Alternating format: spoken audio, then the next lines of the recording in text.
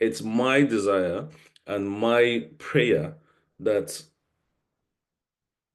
God uses me as, the tool that he's using to help you and myself included get to this higher version of our existence. Because again, if mastery, if the secret to mastery is the mastery of self, okay, and then that's meaning that self has to constantly evolve because God doesn't live in time. So he's constantly waiting for us to evolve into a version of ourselves that he can deal with more because he can only deal with you based on your understanding and revelation of him. He can only attend to you, bless you, empower you based on your current state of evolution.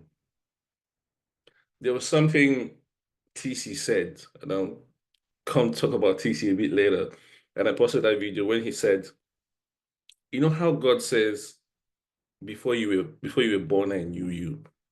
Before you existed as a baby, as a fetus in your mother's womb, you existed already. And that's story for another day because I touched on that on part one on our Trinity existence, the life before birth, life in birth, as we call it, and life after birth. Okay, these are the three realms in which we exist. And he said, before you were born, I knew you. The journey of life, the journey of life, everything we call life, is identify that you were before you were born, downloading that you in this current existence, manifesting that you, living that you. Because and I added this to that when you eventually come to your end, when you transition, guess the first person you will see is that version of you. No, like Vicky said, I don't have evidence for everything I'm saying. Like they say, if you can explain a miracle, then it's not a miracle anymore. But there is some knowledge that comes to you, there's some information that comes to you from your spirit, and you just know that is the truth of your spirit. But I guarantee you, when we transition, the first thing, and there's actually research to show this, but I don't want to go into that. The first person you will see is your true self. Because, like we know, all we see now, all our five senses can communicate with is the lowest form of existence. We can't even see as good as birds, as eagles. We can't even hear as much as dogs. We can't even smell as good as some animals. And our entire existence is dependent on those five senses, that is even less than some animals. That tells you something. That our real senses is not these five biological senses. It's your inner man. It's your inner man. Your inner man that grows in the dark, that was born in the dark, and can only grow and be transformed in the dark. That is the version of you that God is calling to be rooted. That is the version of you that He can relate with. Okay?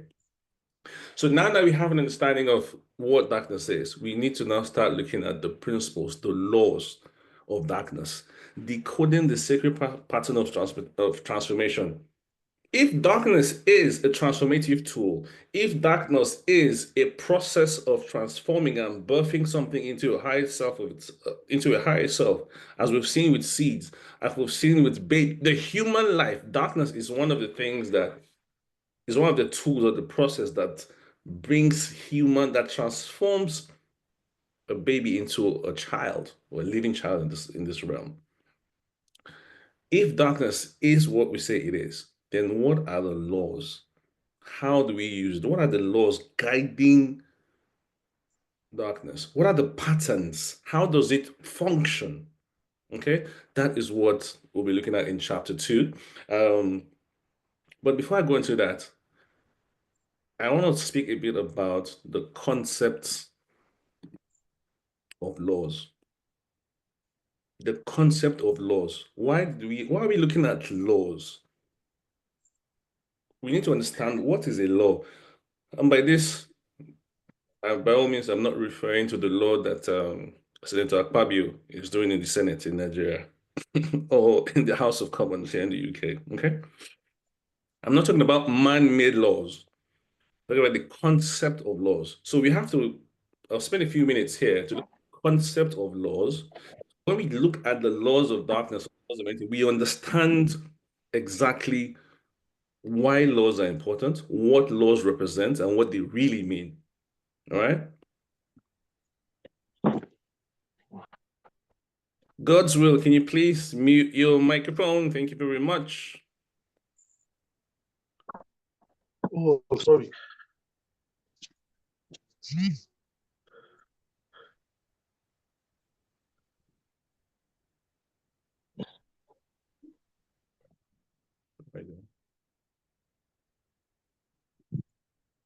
Thank you.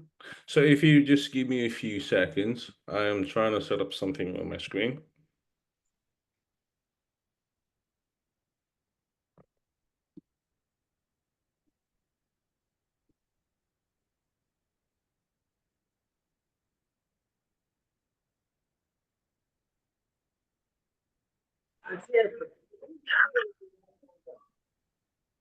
For some reason, I can't seem to mute everybody. I don't know why I'm missing that part.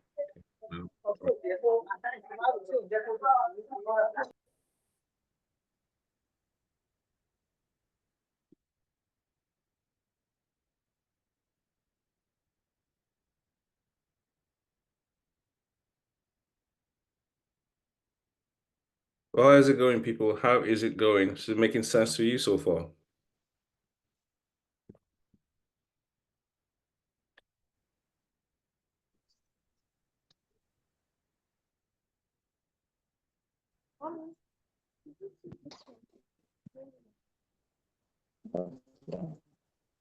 Molly, can you mute now? Molly, if you can hear me, can you mute your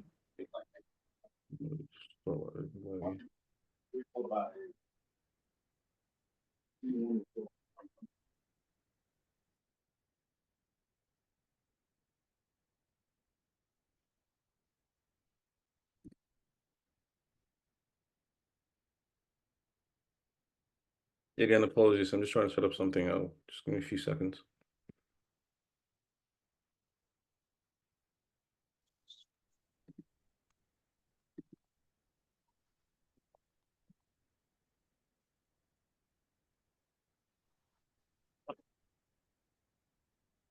I think also start 6 on my 5. Is it just starting? Okay, Hey. Delphine, could you help us, Mike, please? Could you mute, please? Thank you very much.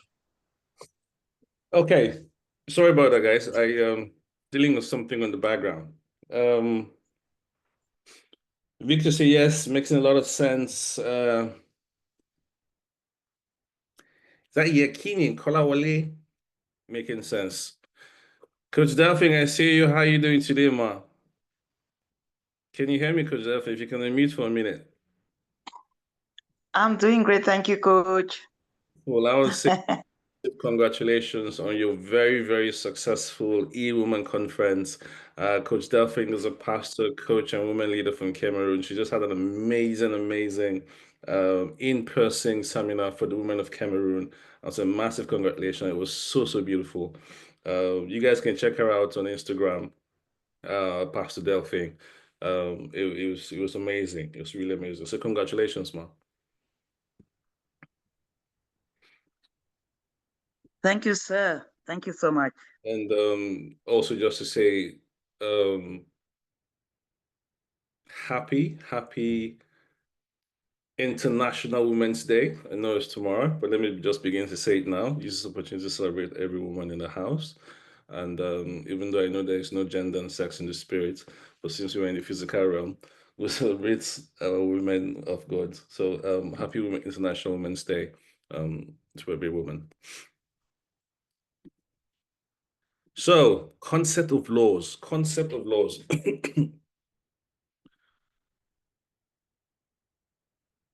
me see my screen.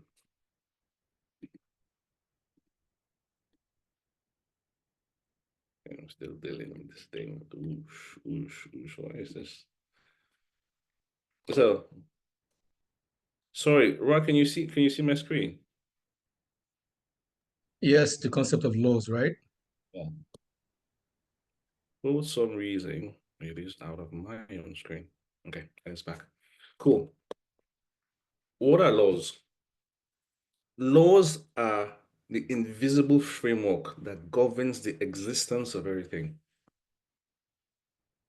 Laws, the concept of laws, okay? Laws are not, they are the framework. See, any man-made law is borrowed from the law of nature, okay? It's borrowed from the original concept of laws that we've learned from understanding how the world works. So laws are invisible, they're invisible frameworks. It's a framework that governs everything. You must have heard me talk about before now, if you've listened to my teachings, I talk about the concepts of patterns, principles, and promises. Patterns, principles, and promises. This is the modus operandi of the manufacturer, okay? How God communicates everything to us is patterns. When we identify a pattern, when we follow it, it reveals a principle. Those patterns reveal the principle. When we adhere to the principle, we reap the reward or the purpose of the thing. Patterns, principles, and promises. That is how agriculture was discovered. That is how gravity was discovered. That's how the law of motion was discovered, by identifying certain patterns. Oh, if this happens like this is what happens. If you were a science major, if anybody is in the science field here, you understand this better. Every chemical reaction every discovery was made by identifying patterns, okay? So laws are framework that governs existence. That's what a law is. Laws are not subject to opinion, preference, or negotiation. You don't negotiate with something that is a law. You don't negotiate with the law of motion. You don't negotiate with the law of gravity. It is not a function of your emotion, what you're feeling. If you jump off a 10-story building, it doesn't matter how anointed you are, you will break your head because you are going against a law. All right? Laws simply are. That is what governs existence. For something to exist, there must be laws that govern its existence. Okay? So whether it's in nature, whether it's science, personal transformation, everything exists and governs by laws. And stay with me because we're looking at the laws of darkness, the laws of transformation. So we need to understand what a law is. Why is it important that we identify the laws that govern personal transformation? If we're trying to say this is the year of darkness, we've identified darkness as a transformative tool where our purpose is rooted. What are the laws that govern this? Okay, a law is a fundamental principle that dictates outcome. It's laws that dictate outcomes. It's not only your beliefs, it is not. That is why, unfortunately, this is where religion, in my opinion, falls short sometimes. Because there are laws on the earth, there are laws of the atmospheres that, regardless of what your beliefs are, if you do not adhere to those laws, you will reap the consequence or the reward. You reap the consequence, and if you adhere to the laws, you reap the reward. It doesn't matter who you are. It doesn't matter whether you are a natural born killer, if you are the most incredible criminal in the world. If you follow the laws of agriculture, you will plant your seed and you have the most bountiful harvest in the world. Why? Because you are adhering to a law. It doesn't matter what your personality is. If you adhere to the laws of physics, you will reap the reward of adhering to the law. Law is a fundamental principle that dictates outcome. So do you have an outcome that you're picturing? What is your outcome that you want to have in this year and in your life? Identify the laws that govern those outcomes. That is the beginning of the transformation. All right? All right, together. I like this one. Laws are not invented. Woo! They are discovered. Oh. Laws are not invented. They are discovered. So you see that the journey of man, your journey, my journey of existence, is a journey of discovery. It's a journey of discovery. But the problem with life today is that what I call the rat race, what I call the Babylon economy, what I call the 9 to 5, the taxation system, the Jackpot syndrome, all of this is taking away our essence, is taking away our attention, is taking away our ability to discover. We only continue to function with general principle. We don't have the time to discover our personal prescription. We don't have the time to discover the specific law that governs our calling, our assignment, our purpose. Because laws are not created, they are discovered. Okay? And by God's grace, we'll be looking at the laws that has been put in place for darkness, for transformation, and for personal growth. So, like I said, whether it's the law of gravity, the law of motion, the laws of these principles operate with or without your awareness. Now, that you are aware of it, that you're unaware of a law, doesn't release you from the consequence of that law.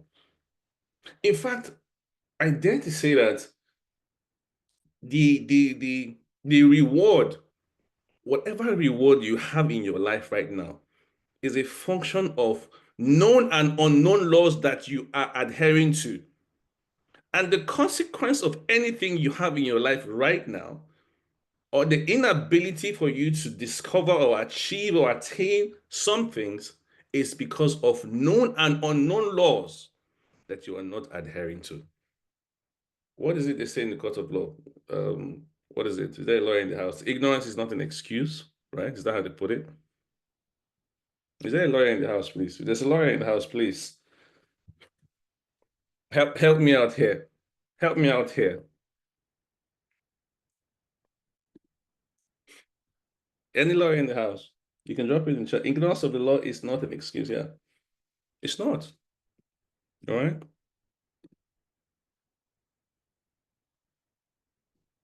Laws do not care about emotions, circumstances, or excuses. Mention that. So you see, why this is important is because in the journey of life, sometimes we get too emotional.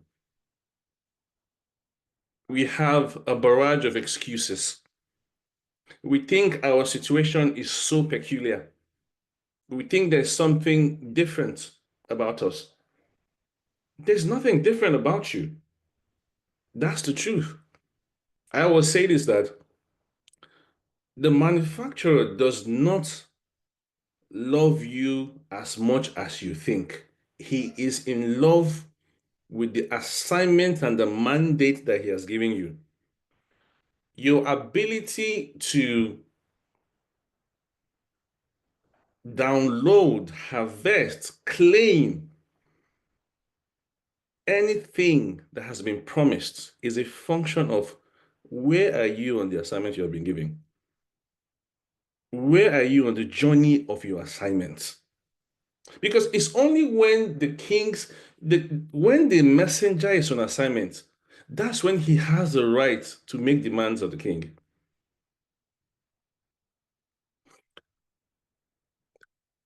A bit more about laws. Laws are simple. So laws simply enforce rewards and consequences. They're not emotional. The law will just enforce a reward if you adhere to it, if you understand it, if you master it, then by all means, you can be guaranteed the transformation. Okay?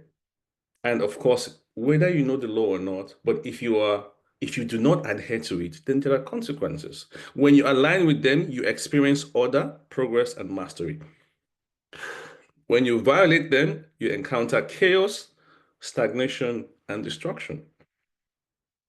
Again, we're talking about the concept of laws. Why are laws important? What do they represent? What are the rewards and consequences? Laws also create predictability. With laws, when you understand the laws that govern something, you can predict outcomes.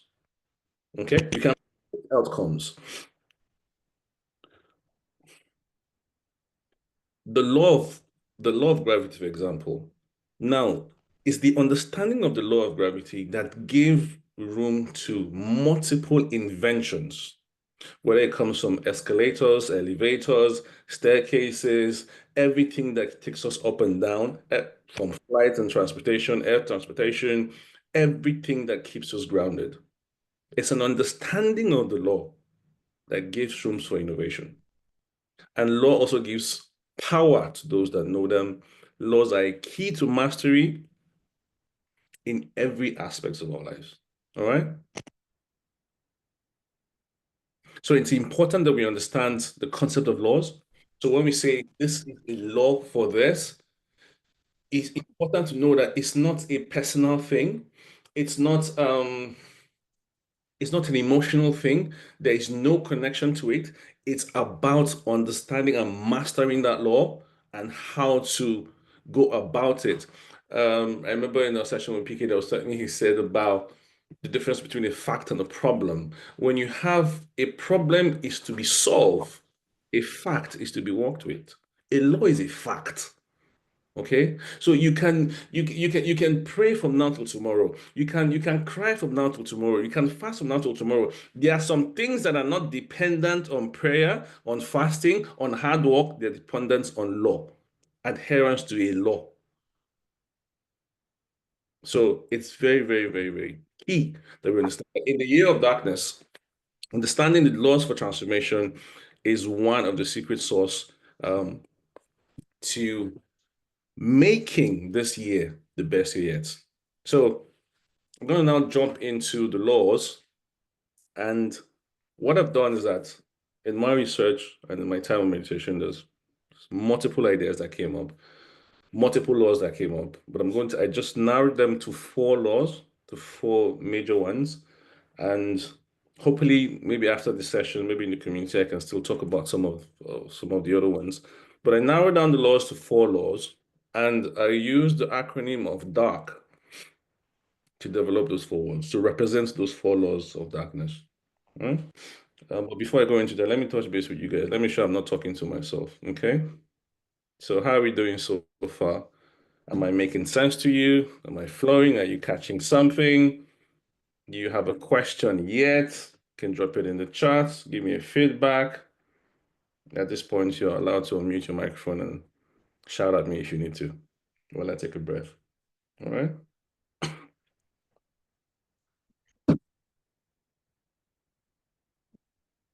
Silver says it's making sense. Manuel's dropping emoji fire. Dark. Let me see some more feedback. Let me see some feedback. Thank you, Keziah. Learning a lot and catching a lot. Okay, cool. Thank you. Thank you, Holy Spirit. Just before I move ahead, I also want us to know that, listen, this is yes, we're here, it's a webinar, it's a seminar, it's a summit, and you're on Zoom, we're doing this. This is not regular, to be honest. When I say I feel like John the Baptist, I really, really mean it. There's a lot going on in the world. There's a lot happening. There's a lot that's about to happen. I said earlier that the world is moving somewhere really fast. Where the world is going to, that's topic for another day. But that is going somewhere fast and at exponential speed, that's more than a fact. Okay. And we have tools now. If I start talking about AI now, I will definitely lose focus because I'll just digress so far away. But what I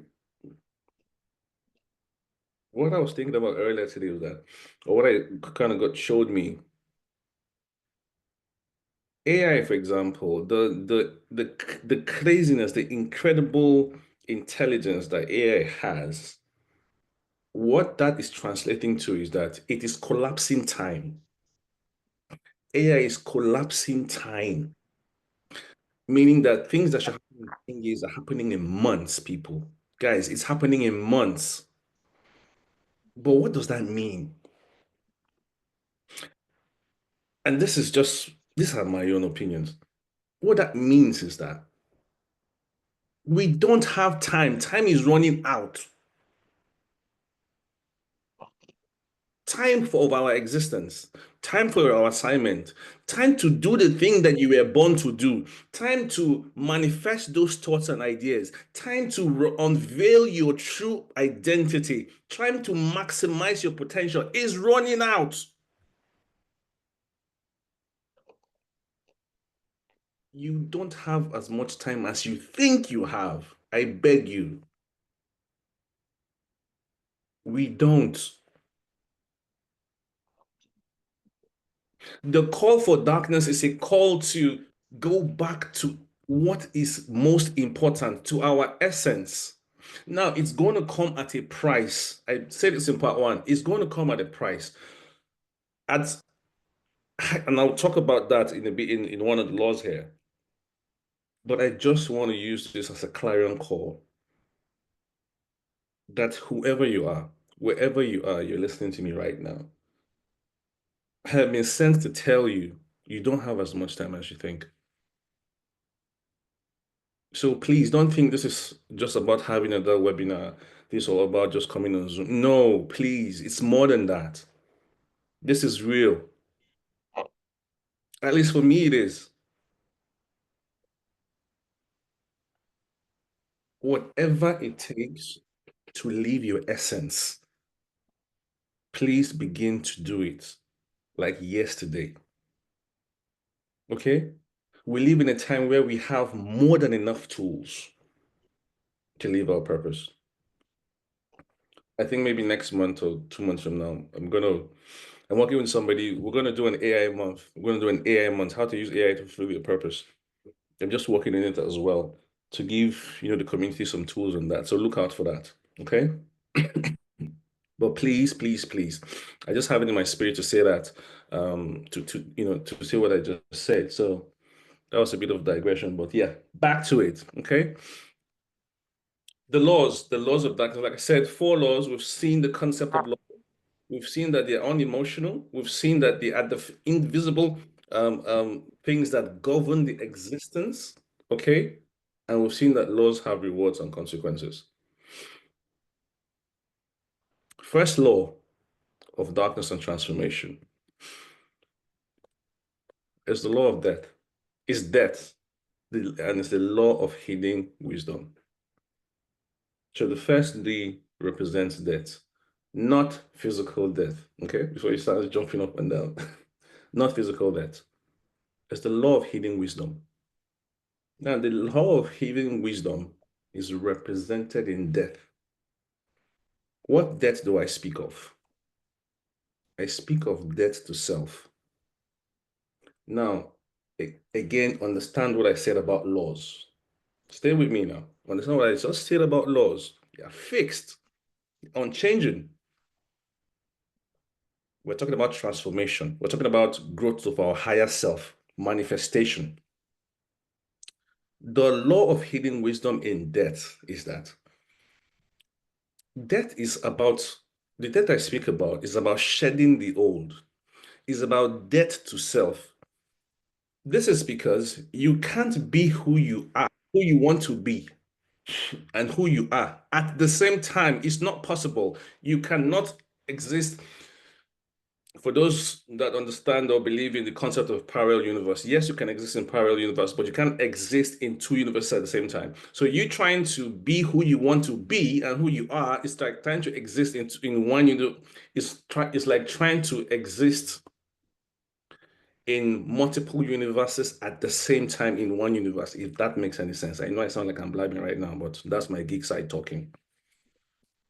Death is about shedding your old self. The version of you that God is waiting for has to be bettered. Now, death is birth. Stay with me. And birth is death. Now, my pronunciation and accent might confuse some people because I'm constantly being corrected by my wife and my daughter how I speak. They're the English ones in the house. Me now me be local man for house. I'll say that again. The birth of something is always the death of something. And the death of something is always the birth of something. What does that actually mean? So for something to be bettered, something has to die. And every time something dies, something is bettered. This is the law of the hidden wisdom.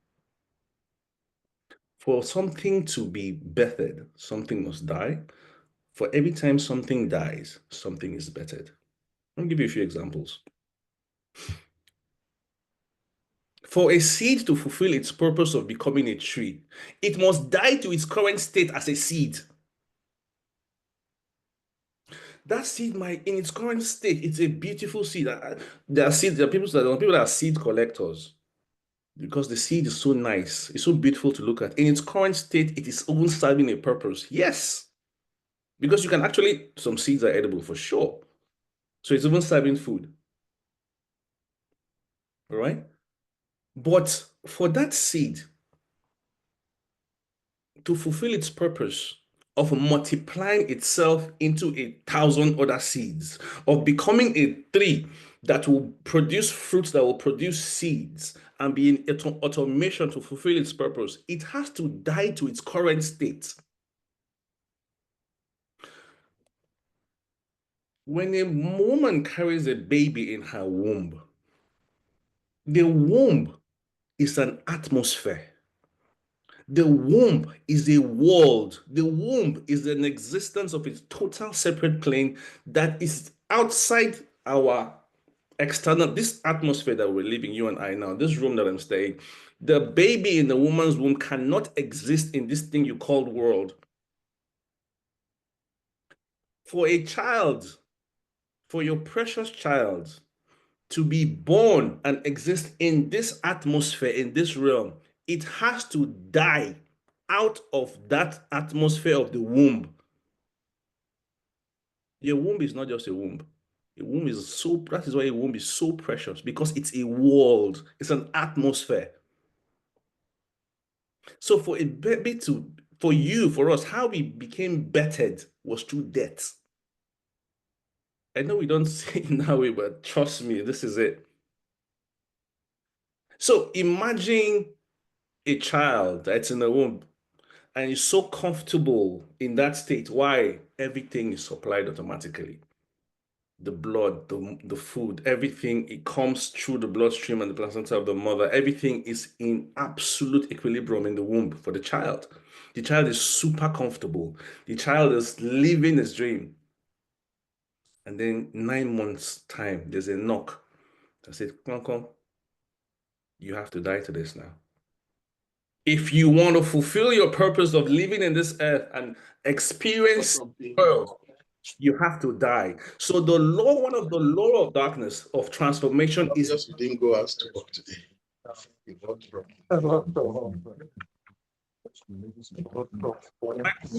mute your mics.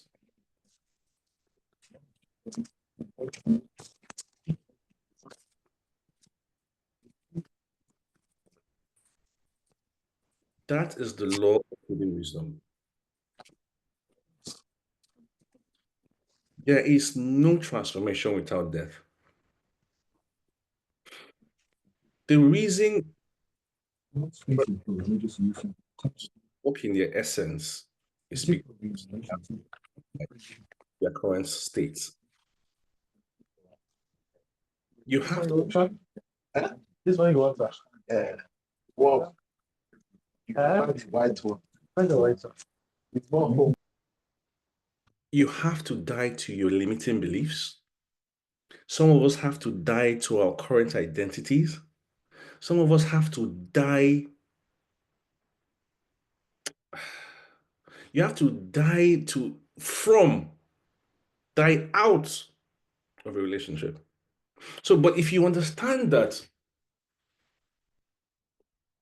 this is a law, okay? This is a law. It's not an opinion. I'm not giving you an opinion. I'm not giving you a recommendation. Okay, this is not saying, oh, try and do this. So if you can do it, do it. Or if you can't do it, don't. But no, it's a law. It's a law, except of course. Now, I believe I'm speaking to eagles. Except of course, you want to manifest or live regular. No problems here. But if you want to transform, if you want to bet your highest self, if you want to use darkness as a tool, then you have to identify what is that higher self I'm trying to achieve, I'm trying to become. Look at your current state and what do I need to die to? So the law of hidden wisdom is knowing that for something to be birthed, something has to die. And that every time something dies, something is born. And even if you bring it to physical death, yeah, what we call death, what really is death, this thing we call death? Is it not birth into a higher realm? Research has shown that those that have died and come back, what did they experience? It was birthed into a place that they were welcome like newborn babies, like we welcome newborn babies here. The baby you are welcoming, that your baby, your precious baby you're welcoming, you truly believe that's the first time that child is existing? So law number one is that law of hidden wisdom. All right, it's very important that we understand that in 2025, you have to die to your addiction to social media and scrolling. Yes, so I don't know who that was for. You have to die to your addictions. You have to die to it. Yes, so you have to die to your fear. Oh, this is not how I used to do it. Oh, this is not how I've been. Oh, my dear. Die. Die to that. Because death in itself is our ultimate destination. So why don't you practice it now? If that is your ultimate destination, why you practice it? Like I said, the concept of death is also shedding. Is also your ability to shed. Okay. And if if if if mastery, the key to mastery is mastery of self. If the ultimate mastery is mastery of self, meaning that self has to be evolving. And for evolution to happen, for any form of evolution to happen, you know there has to be shedding, there has to be letting go, there has to be death, there has to be removal. Do you know that? And I know I can say a medical doctor, one or two other medical doctors. Here, correct me if I'm wrong, or put some words on this. I understand that the entire human body, we shed from our skin to our cells. I think is it every 7 years or so. We have in every 7 year period, we are totally regenerated. Dr. Mo, are you there? Can you hear me? Unmute your mic, please, and confirm this for me. I'm not sure. I'm just not a medical person. I think I've seen that research somewhere. The living being we shed, because for us to live, for us to continue to live and grow and evolve, we have, even our bodies has to die to itself. Do you know what old age is basically is your inability to shed anymore. That's why the skin starts dry. Because you can't shed again, then you become old. That's what old age is. Your inability to shed. What is the thing that makes one of the things that makes eagles and stay long is their death to their former self. What is it that gives snakes that superpower to live as long as they live? Death to themselves when they shed that oldness, that old skin. So in this year, to use transformation, to use darkness as a transformation, what is the thing that you need to die for? That's the question for you. That's a question for you to answer. Okay. But my point here is don't see death as a negative thing. Don't see death or letting go as a price that is too high. No, it is not just a price, it is a law. It is a law. Again, I say it is a law. All right. How are we doing, people? How are we doing? I always like to get feedback as I talk, catch my breath before I go on. And I'm checking the time. It's 7:20 now. I'll try and move a bit faster now. How's it going so far? Anybody wants to give me a few feedback as we go? You can unmute your mic or give me a chat.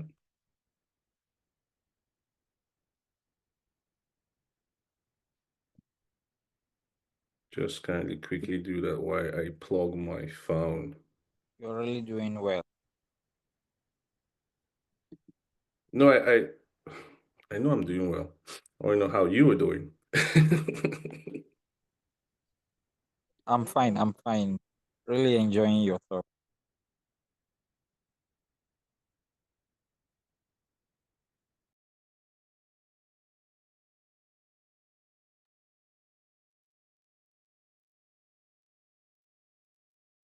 Sorry, what was that I just spoke? I didn't get your name.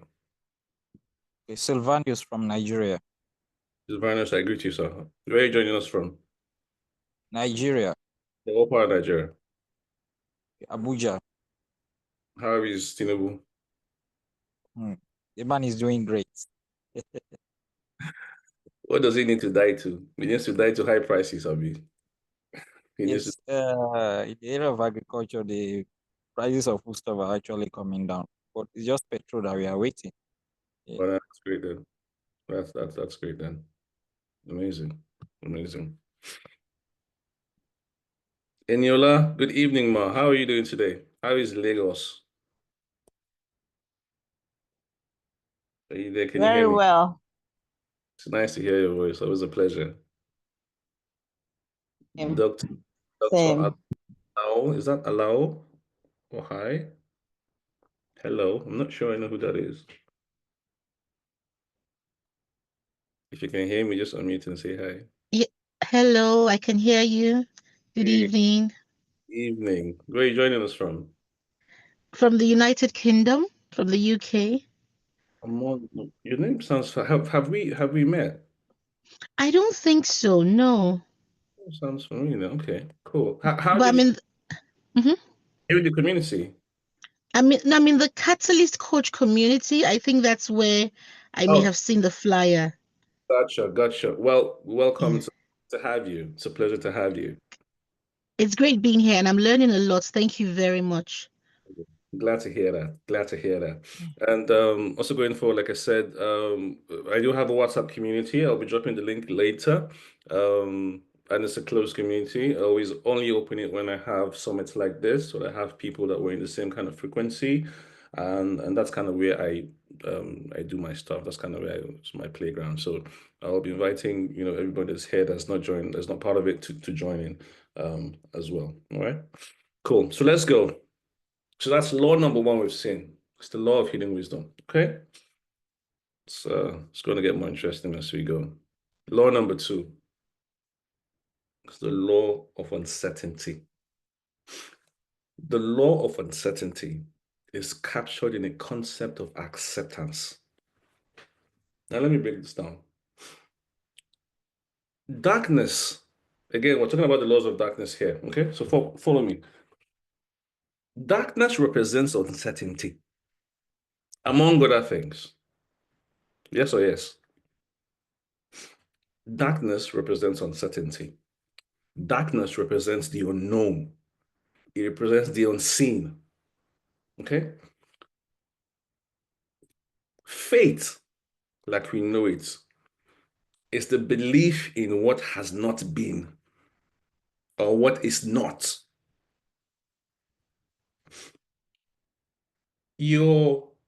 The law of uncertainty is your ability to accept what you don't know.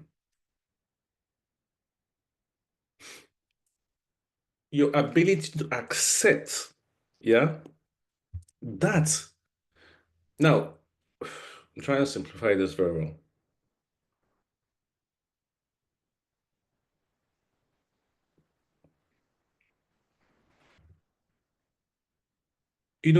We go through life mainly uncertain, one, of the future, uncertain of our assignment, uncertain of what the next 5 years holds, uncertain of what our dreams will turn out to be, uncertain of what our children will grow up to be, what our mind will uncertain. But the law of uncertainty is your ability to accept that uncertainty. Now, this is how it works.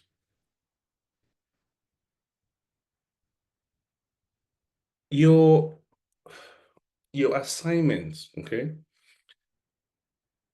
God is going us to be rooted in our assignments. Your assignments, you're on setting of how your assignments will play out, your purpose. Nobody, God always shows us the vision of our assignments, but never shows us how. We are constantly uncertain of the journey.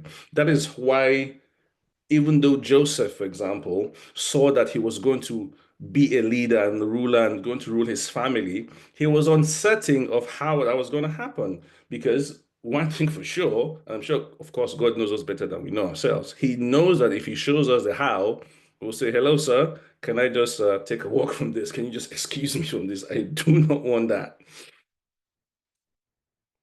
Our ability to accept the uncertain is bounded or founded in our knowledge of the one that sent us. You have to accept that you have been sent. You have to accept your assignment. This is the law of uncertainty. You have to accept the acceptance of your assignment, acceptance of the one that sent you. Acceptance of the uncertainty is a form of worship. I'll say it again. Accepting the uncertain is actually what we call faith. Accepting the uncertain is, again, I say, is a form of worship. There was a part in the Bible where there was a military leader that met Jesus and said, my daughter is sick. I need you to come and do this. I need you to heal her and all that. And he was like, oh, I think I'm just paraphrasing here. Oh, we need to get him to the house. And he was like, no, just, how do I put it? Just say the word. I believe it will happen because I understand what authority is. And Jesus was like, wow, of all my time around here, I've never heard anybody, speak like that. Why was he able to speak like that? Because he was not certain of what will happen. His acceptance of the uncertainty is what gave him faith, if that makes any sense. So the problem with us is that we only want to work on things that we are certain about. The things that we are sure about, the things that we are 100% about, the things that we have put structures in place. And don't get me wrong, there's a place for that. There's a place for that. But when we accept the uncertain, we make room for the supernatural. Yes, that's what I was trying to say. Oh, when you accept the uncertain, the thing that you don't know, you can't see yet, but you have the faith and the belief. When you accept the uncertain, you make room for the supernatural to do its thing. So the law of uncertainty is a law of transformation. It's one of the ways to use darkness as a transformative tool. You have to accept the uncertain. And what does that also mean in practical terms? It means that as much as you should do some planning, as much as you should put in some structure, you don't always have to wait to have all your eggs in the bag or in the basket before you take that move. Transformation does not come with certainty. No. Go and check all the greats, all the biggest discoveries. Discoveries are found in uncharted lands, in uncharted areas, in uncertain locations.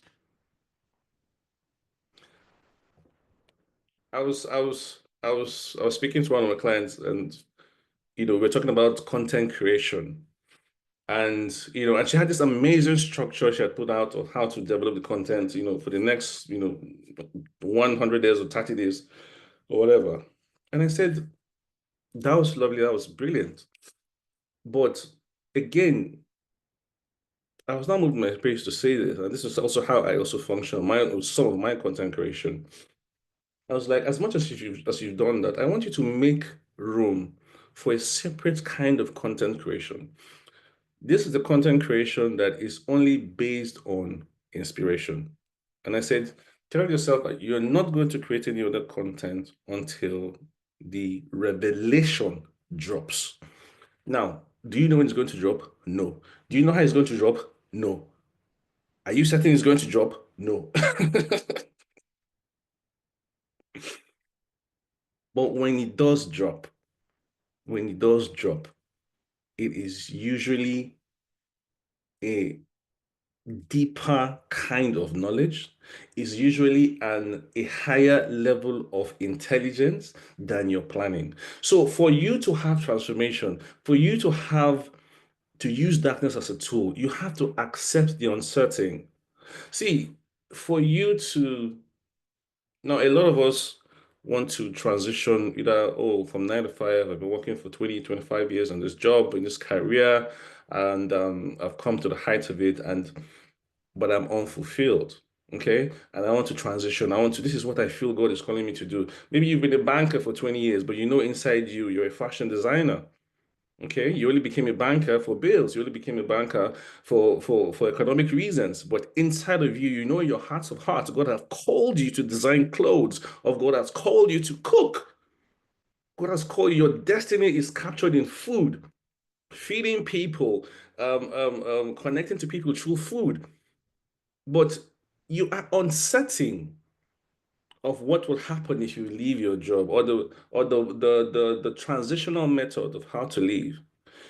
You will never transition into your purpose if you are waiting for certainty. Transformation does not come with certainty. Again, I will say there's a place for structure and planning, but you must learn to jump off the cliff and grow your wings while falling down. You can never see your wings until you jump off out of the nest. When the birds train their kids, their chicks to fly, they're not certain if they will make it on the first or second flight. A lot of times they fall down. But they have to accept that uncertainty for them to be able to grow their wings. All right? Again, like I said, when you accept uncertainty, you're making room for the supernatural. Like I said, when you're walking in purpose, I was telling somebody, when you're walking in purpose, one of the beauty of walking in purpose, among other things, is that you don't have to plan everything. Oh, I don't know if you got that. You don't have to plan everything. When you're walking in purpose, you have accepted that you're on assignment. You have accepted that you have been sent. You have accepted the uncertainty of your journey because you are certain in the one that sent you. You will always be uncertain of the journey, but you are certain of the one that sent you. So you have to accept the uncertainty of some of your circumstances as faith. When you're working in purpose, you don't have to plan everything. Just do your part. The one that sent you will do the rest. Let me tell you something. See what you're experiencing right now, you being in this room with me and TC and everything, I'm telling you, this is a product of uncertainty. I hope you got that. This is a product of uncertainty. Some of you are here, some of you have been following my journey, how I left corporate in 2023, how I'm doing this, how I'm walking this journey openly right in front of you. Do you think I was certain about what was going to happen? Do you think when I put this program together, I was certain I was going to have 10 people or 20 people? You have to accept uncertainty. It's a law. Because if you don't accept it, you will never take some steps. If you don't accept the unknown, if you don't accept that there are things you don't know, but you can only know if you accept that you don't know it, you can never have that transformation. Uncertainty, in my notes, uncertainty is a strategy of the spirit. Oh, Calibrash. Uncertainty is a strategy of the spirit because everything certain is man-made. Everything certain, man-made, is planned, is structured, is strategy. Don't get me wrong, I'm a strategist. I believe in strategy. I believe in planning. But there's a law of uncertainty that you have to understand, imbibe, and master if you are seeking transformation. So I say this, don't wait for everything to be correct before you make that move. Don't wait for everything to line up. And this is not saying make careless take careless steps. This is not a call to be irresponsible. This is not a call to be careless. No, there are still terms and conditions surrounding this. But understand the law. Understand the law of uncertainty. This is one of the laws of darkness. This is one of the laws of transformation. Okay? That is law number 2. How are we going? That's Jacob. How are you doing, sir? How is Port Harcourt? Well, fine. I'm all right today. If you're I'm in still on my way home. Oh, beautiful. Beautiful. If you're in Port Harcourt, you should connect to That's Jacob. He's an amazing fashion designer. And he's just not your regular fashion designer. He's somebody that designs clothes based on your personality. He's somebody that communicates purpose through fashion. Okay? He believes in the uniqueness of every individual and that it can be connected. All right? So that's Jacob as the man for you. Open in Port Harcourt, anywhere you are. Okay? Any room I'm in, there's always a lot of brilliant people. I mean, light attracts light. So also a lot of brilliant people. So I also try and, encourage people to network when you're in the community. The things that you do. Just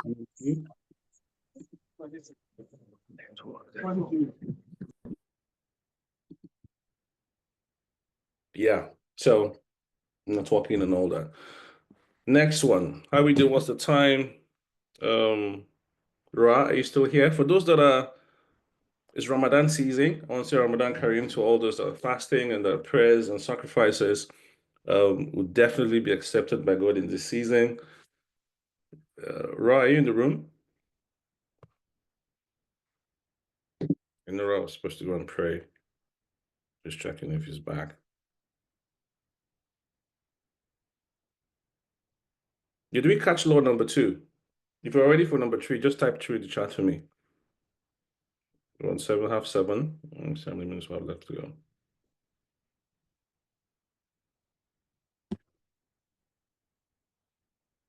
If you caught law number 2 and ready for me to go to number 3, let me know. 3, 3, 3, cool. Fantastical. Fantastical. Bola to boom, I see you. Oi, I see you, darling. How you doing today? Oh, you unmute your mic and say hi. Hi. Hey. I'm London. good, thank you. Still in London or are you back to I'm Scotland? still in London. He's gonna try, Mm. Voice. How do I describe Onyi? Well, in summary, Onyi is an exceptional human being, but more specifically, she's a family coach with focus on blended families. I know what I just said now. Some people don't even know the blended family. But she's a professional blended family coach and that come together, that already have kids and have come together, with kids from separate, different marriages and making a new family. She's an expert in that, definitely on general family relationships, but with specifics on blended families. And if you know anything about how families are evolving now, you understand that blended families is almost like the norm. And apart from that, we can't run away from it. And blended families represent a of resilience in family life. So if you're a relationship coach, or lady, can somebody tell me how I can't unmute everybody for Christ's sake? I don't understand. Thanks, Doc. You did justice to that. I think that Jacobs is unmuted. That, if you can hear us, just mute, please. Thank you. Thank you, everyone. Thanks for that. Cool. Okay, I've seen enough tree in the chat. Let's go to law 3. So again, laws of transformation. We've seen the concept of laws, why they're important, what they really represent, and We've seen the law of death, which is this law of hidden. We've seen the law of hidden wisdom, which is captured in death. Because for everything, anything to be bettered, something has to die, and for every time something dies, something new is bettered. Okay, that's the law of hidden wisdom. And then we just looked at the law of acceptance, the law of uncertainty. Sorry, the law of uncertainty is anchored in accepting the unknown. Darkness signifies the unknown. It signifies what you can't see. It signifies the path you can't plan. Your acceptance of the unsetting, accepting, excuse me, that you will not always see the road fully, but you are ready to go into it, is a secret source for transformation. It's a powerful source of growth. Okay, so anytime you feel that, oh, I don't have it all figured out, that's not wrong. That shouldn't stop you. Okay, that's not you. That's not only, it's not peculiar to you. The moment you start finding yourself in uncomfortable, uncertain grounds, understand that a law is at play at that time, and how you manipulate that law, how you adhere to that law, will guarantee or determine what happens next. All right, but understand that it is a law, the law of uncertainty. Okay. Law number 3. I'm trying to move a bit faster now. Is the law of strength. The law of strength is captured in resilience. It's law number 3. Letter R is for resilience. Don't forget, we're using DAR, D-A-R, one R, is the law of strength. What is the law of strength? In part 1, I talked about how one of the characteristics of darkness is that darkness is a forge. Darkness is a forge. Meaning that darkness can forge you or forge a situation into good or bad. Darkness can forge you into benefits or consequences, into reward or consequences. It's a function of how you use it. It's like fire, like I said, fire, the same fire that you can use to cook your food and nourish your human body, that same fire can burn your house down and kill you, because fire is also a forge. Now, what we call darkness. Now, don't forget, earlier I talked about darkness metaphorically, literally, and spiritually. When we find ourselves in difficult situations, when we find ourselves in negative situations, in trying pain, we call it darkness. It is associated with darkness. The law of strength states that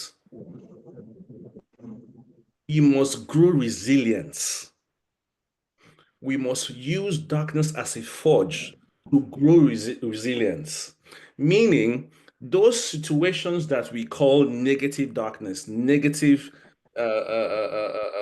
experiences, those delays, those hardships, those difficult relationships, uncomfortable situations, that in those situations where where the opportunity to manifest the law of strength.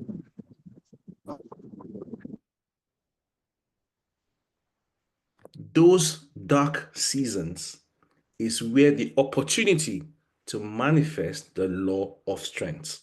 How do you manifest the law of strength? Resilience. That is what R stands for. Now, this is so important because the reason why purpose is being hindered, the reason why it's difficult for a lot of people to walk in their essence, it's because of the darkness around them, the quote unquote negative darkness they're experiencing. Now, what we call negative darkness, again, is not in itself negative, but an opportunity for the law of strength to work. The reason why we approach pain and pressure and obstacles the way we do is because we do not recognize that that is the pattern, that is the modus operandi of the manufacturer. Imagine if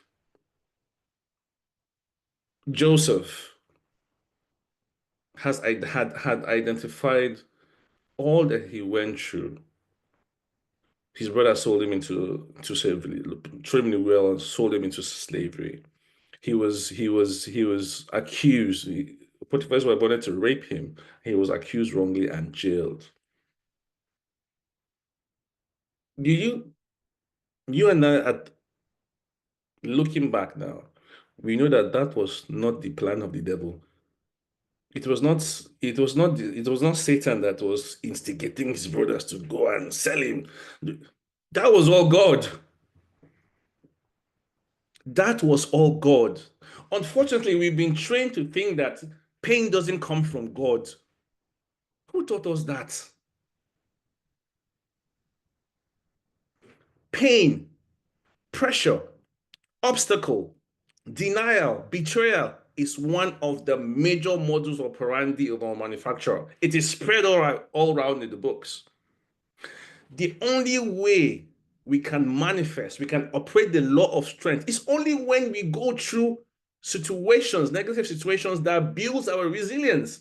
So for transformation to happen, to become that higher version of yourself, the price to pay is resilience. Is resilience, because that is where the law of strength comes to play. Okay? Adversity, whatever your nature of adversity, is different for all of us. Whatever your nature of adversity, see what you call adversity. I want us to have a redefinition of that.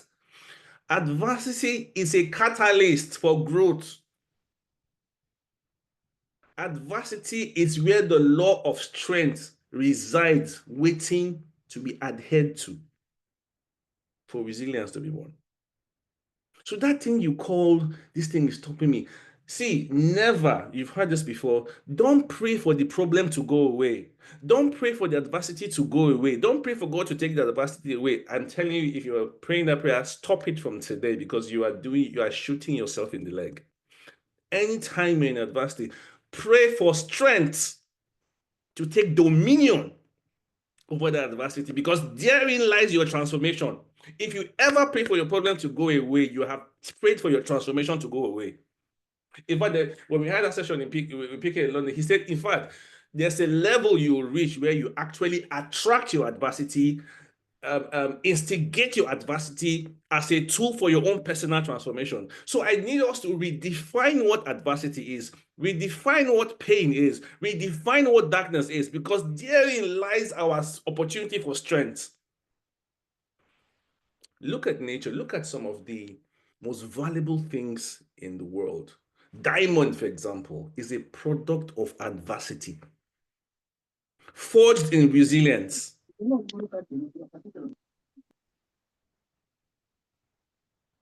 So the skill of resilience, the law of strength, is a major, major tool in 2025, in the year of darkness.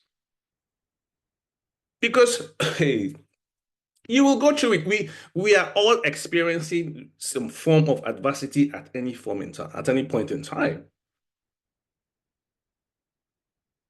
So rather than cower in it, than be self-pitiful in it, identify first of all that not everything you call negative is from your enemy. Unfortunately, again, this is where religion has done a disservice. Oh, you want to bind the thing away. Oh, imagine, oh God. Imagine Job binding all those things that was happening to him, not knowing that all that was happening to him was permitted by his God. That pain you are going through, that divorce you are going through, that denial you're going through, you are saying, God, take it away. God permitted it.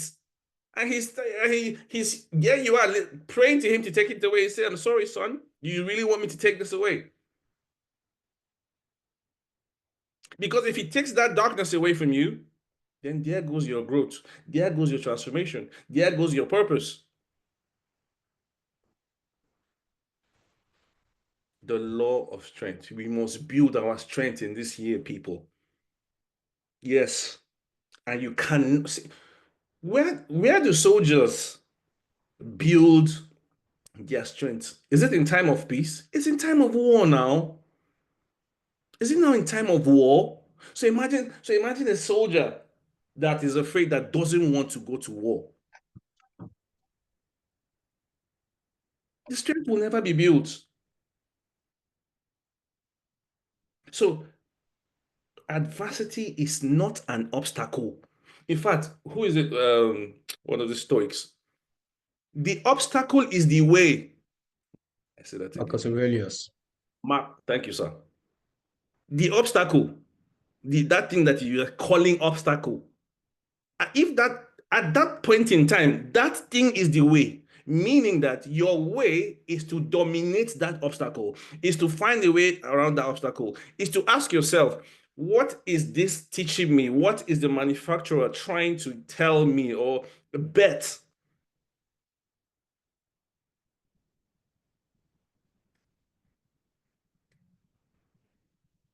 And when you accept the law of strength, you realize that your setback becomes a setup for your come up. That's some rhymes there. Your setback becomes a setup for your come up. But you have to identify it as a law. Don't forget what we said laws are. They are not emotional. They don't care about your terms and conditions, your circumstances. They just are. So it's a law. Your adversity is a law. And if you do not understand that, that's the opportunity to build strength, and you pray it away, or you run away from it, or you dodge it, then that's how you're dodging your transformation. All right?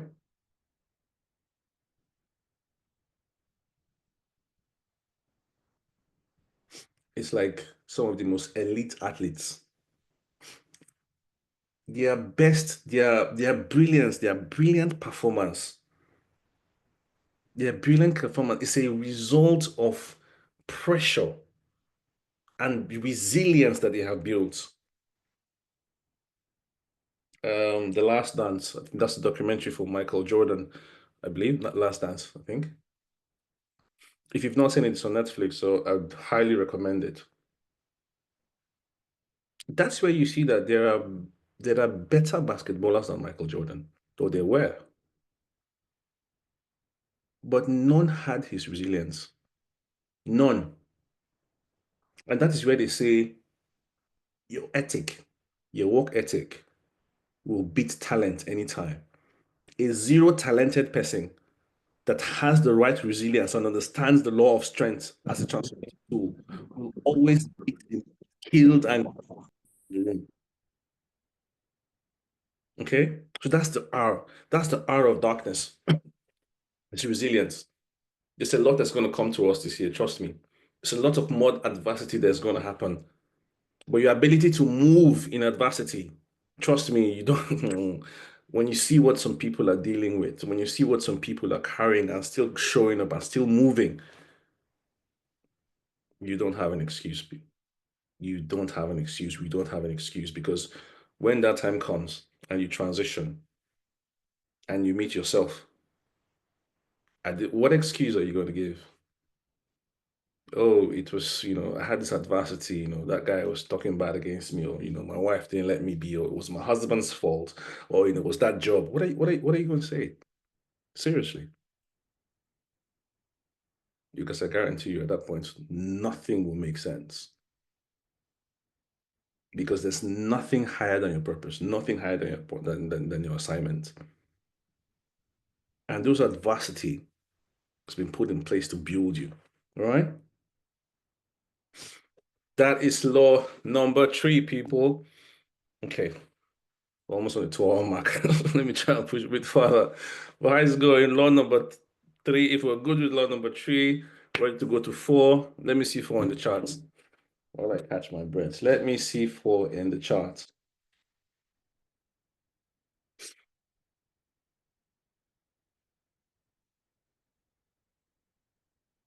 Right, Shadow,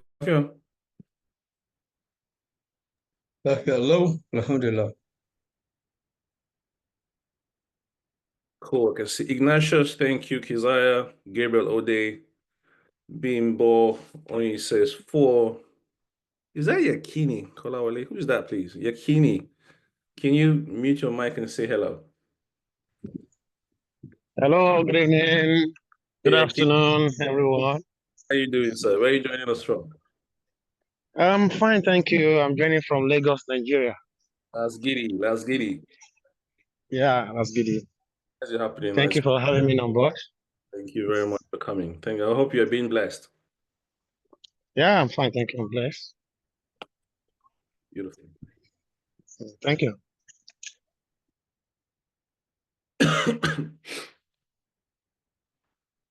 Again, 4 laws. There's a lot of laws, but I'm just compressing everything into 4. The law of hidden wisdom, the law of uncertainty, and then the law of strength. Again, I need us to internalize this. Please, these are not just words coming out of my mouth. I tell you, this is a message. These are instructions. I believe I have been sent to say this, to do this. This is not me coaching, okay? This is me living my essence. This is me doing my assignment, okay? God forbid everything happens, I die today, I will die in assignment. And that is what I want for everyone. One of the gifts that I have been giving, and then for every time I walk in it, I see it clearly. It's my ability to see purpose, my ability to understand purpose, communicate purpose. I have an unnatural desire and passion for the concept of purpose. I don't know why. And I'm talking 20 years plus now I've been studying. Okay. I I can't begin to tell you stacks of things. And that is why I had to come in a season in my life where God had to hijack me, and I knew that, and I knew that, okay, you know what? Let's just pause every other thing in life and just attend to this. This thing is too loud in my spirit. And I dare say that in this little time,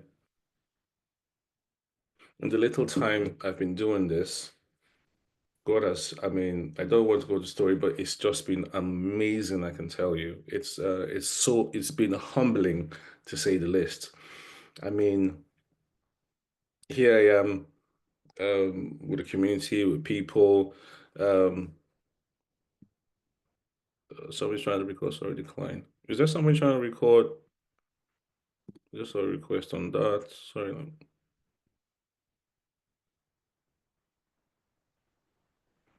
Recording must stop.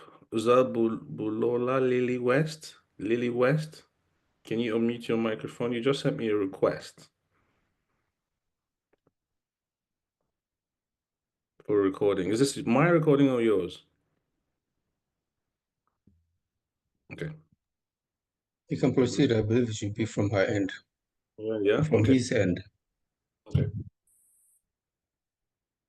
I The was saying that. recording has got a timer and is going to end in 2 minutes. I think the person is trying to warn you that Okay. the recording is not going to continue after 2 minutes. Okay. First of all, that's strange. I've not seen that notification come up before, and I do know that I have enough space in my hard drive for that.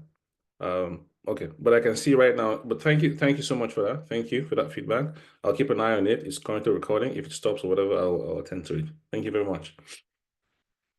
And yes, I was saying that in the little time I've done this, I have not come across somebody that sees their purpose bigger than I see it for them.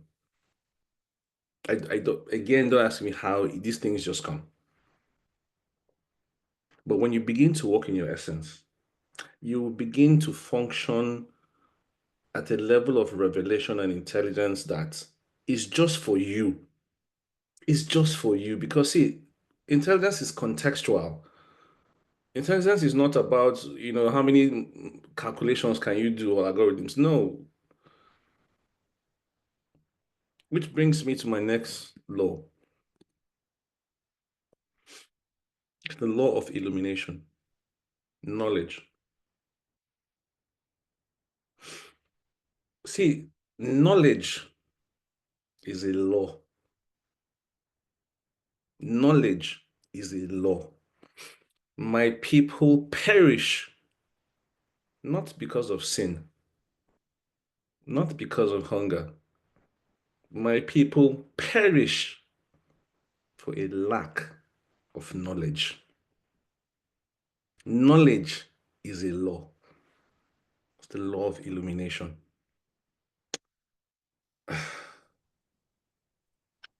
And for me, this is, of all the laws, this is my favorite. Sure. Because, and I will center this on the knowledge of self first, because that is the foundation of every other knowledge. And it's so crazy that we live in the information age where we have access to knowledge, or quote unquote. I speak first of all of knowledge of self.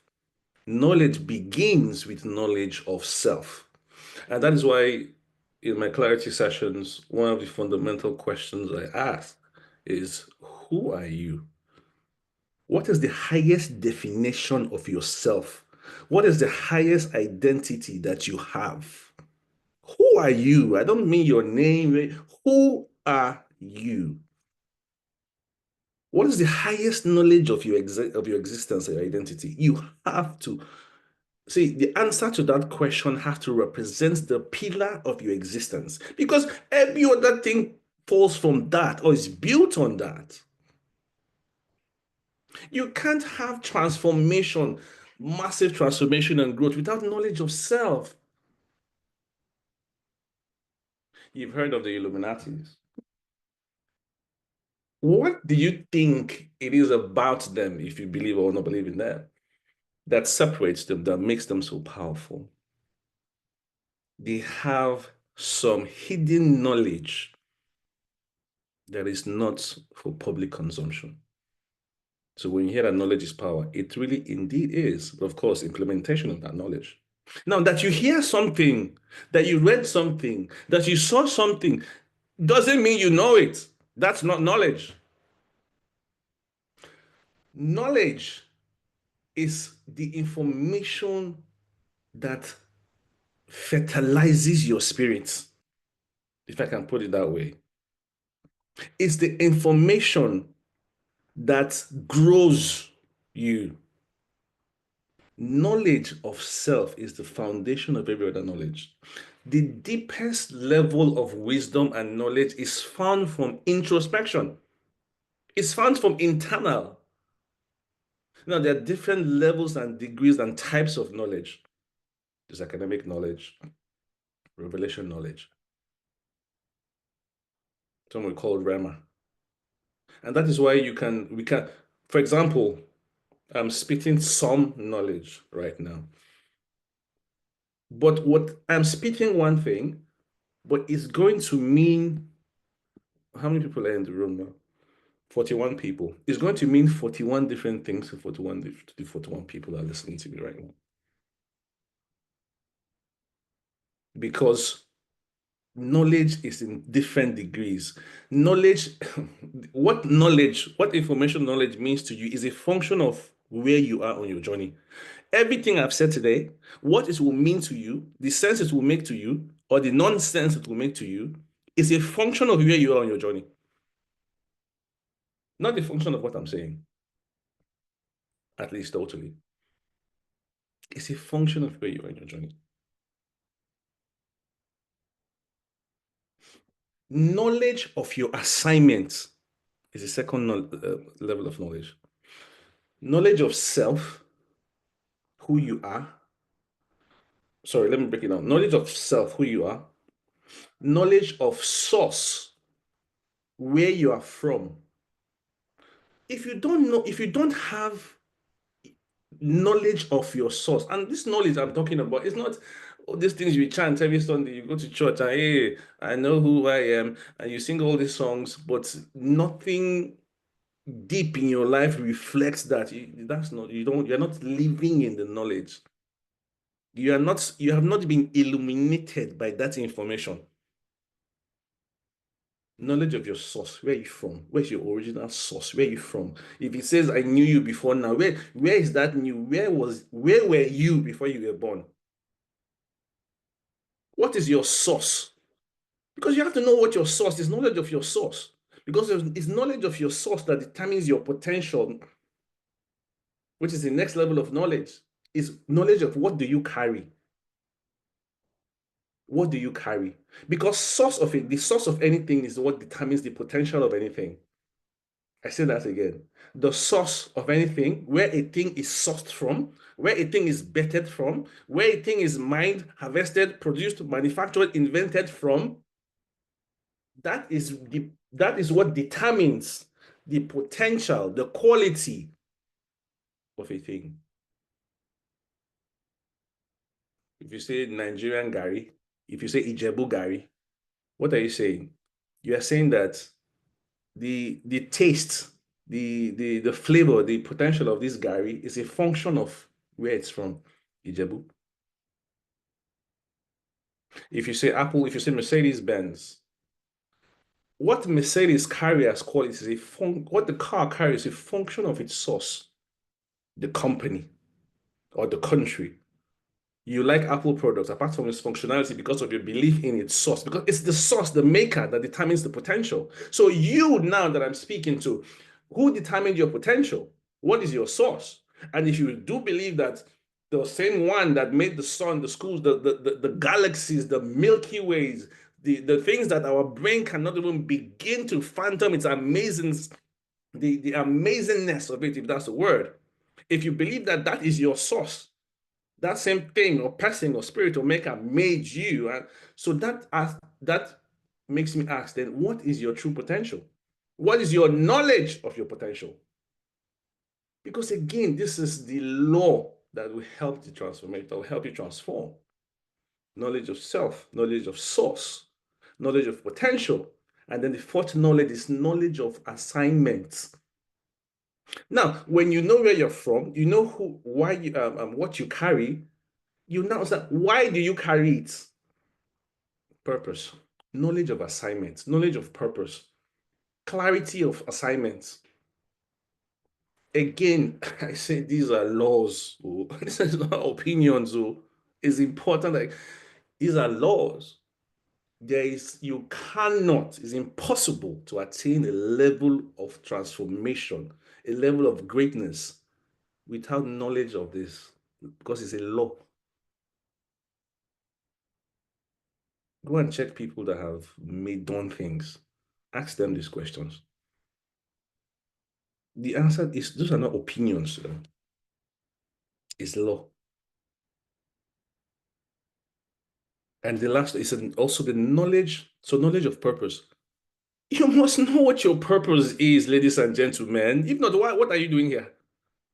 Are you here to go to school, have kids, marry, wait for pension and die? Are you here to pay tax like we're paying like crazy here in the UK? Is that the whole idea of this thing called life? Or are you working towards just a holiday? Is that the whole essence of your existence? Or are you trying to make a salary? Is that what all this was made for? Is that why the sun stands in the sky, for just make a salary? Or to live a mediocre life? Is that why God took his time to make these galaxies and spend time to make plants, animals, oxygens, all this, the complexity of nature? Was all that put together for us to just come here and live and die for pension? Knowledge of assignments will separate you from the rat race. So it's a law for transformation. So if you don't know what your assignment is, DM me. Secure is clarity session today. Secure is clarity session like yesterday, okay? But true mastery in darkness is achieved from self-awareness. True mastery is, as what does the Bible say? Like the son of a king that doesn't know is the king will always live like a slave. It's crazy how knowledge of your identity, your true identity, can transform everything. Just one information about new knowledge. But the problem also today is all that we are bombarded we are bombarded with information that is not knowledge. And even when we get information, we are not disciplined enough to act. If I go back and say, oh, for those that attended chapter 1, oh, it was who, it was why. What steps have you taken since then? The knowledge that you got from that session, what 1, 2, 3, 4 action steps did you take? What illumination did that translate into? Because if nothing happens, you have just wasted your time. If you don't attend another webinar again for the rest of the year, if you don't attend another course again for the next of the year, do you know enough to walk in your essence? I guarantee you the answer is yes. 100%. Okay? So it's a law of illumination, not captured in knowledge. Very, very important. And one of the ways to secure this knowledge is in the darkness. Yes, so this darkness again. I mentioned earlier that the highest level of wisdom is internal, it's revelation knowledge from introspection. Because, in fact, let me just move to the next slide to say something, and then I'll come back to this. Because of this can actually drop in my spirit just today. All you require is in all you are. All that you require is in all that you are. Whatever it is that you require in life, that you are seeking, is captured in your real identity. It's captured in your gift and your assignment, because that is all you are. All you are is these 5 questions. I asked 4 questions: knowledge of self, knowledge of source, knowledge of potential, knowledge of purpose, and then knowledge of destiny and destination. Where are you going? Where are you going at the end of the world, at this world, of your life, and then where are you going after that? Because if you don't have absolute knowledge of your destination, how are you traveling? Do you travel without destination? Without knowledge of destination? If you get into your car now, you drive out of your house, do you move without knowledge of destination? But why are we moving, living life? Why are we on this journey? We are so cool to call it journey, without absolute knowledge of destination.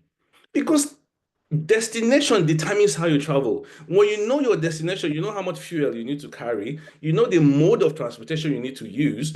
Do I need to take a train, a plane, a car? Is there a waterway in between where I am and where I'm going to? Knowledge of destination determines who you travel with. Knowledge of destination determines who the kind of friends you keep. Knowledge of destination will determine the content you consume on Instagram and YouTube. So there is no transformation without the law of illumination. So I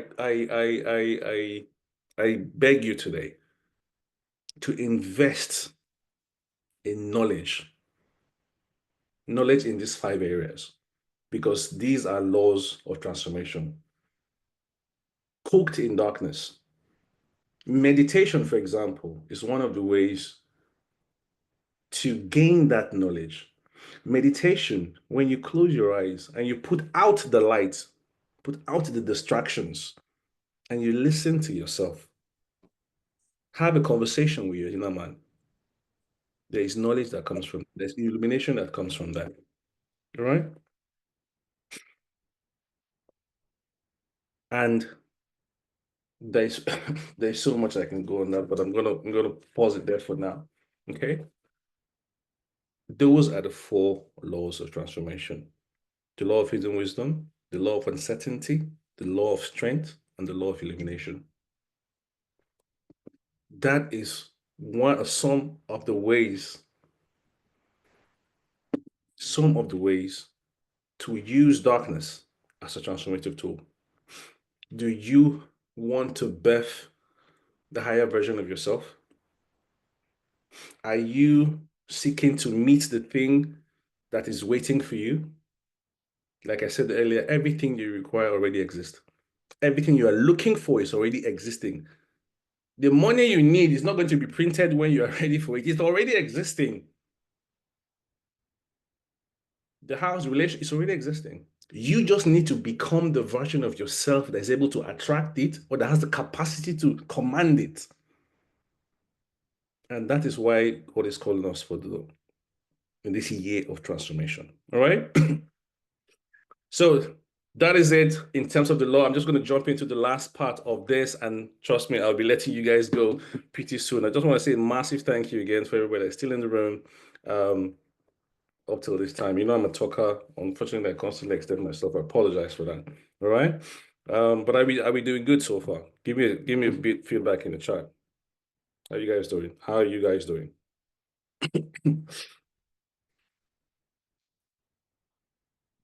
Now, I want to now invite you.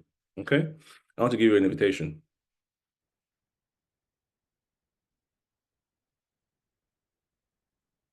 Sorry, just give me a minute. Check something real quick. So I want to give you guys an invitation to walk with me on this journey, or for those that I can walk with on this journey. And I always say, for me, this is one, it is a business transaction, but again, higher than that, it is an opportunity to live in essence. Okay, it is an opportunity to walk the walk that you have been called to walk in this earth. And I guarantee you, none of us can do it alone. None of us. In fact, you know, we are not designed to do it alone. You are not designed to walk your walk alone. Sorry about that. You're not designed to walk your walk alone. Okay? We are designed, every aspect of our purpose is connected to some place, someone, and some time. Always connected to some place, someone, some people, and sometimes. Because the manufacturer doesn't work directly, he always works through individuals. And that is why it's important that we live our own essence, because if you don't walk in your essence, you are stopping the manifestation of another person, because your purpose is always connected to another. It's a chain reaction.